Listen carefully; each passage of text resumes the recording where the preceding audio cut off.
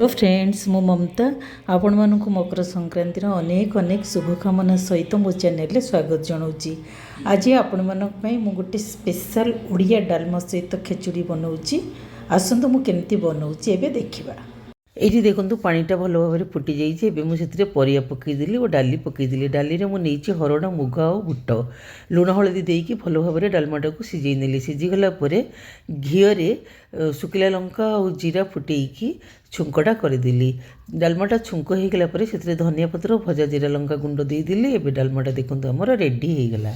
एबे मिठा खिचुड़ी पे अरुआ चाउल को भल भाव में धोई देकी पानी देदेली। से तेजपत्र काजू किशमिश गुजराती गुंड मिठा बदल सुगार फ्री नहीं हलदी गुंड टिके देकी माइक्रो ओवन में 25 मिनट पे बसईदेली। एबे देखो आमर खेचड़ीटा भी रेडी होगला।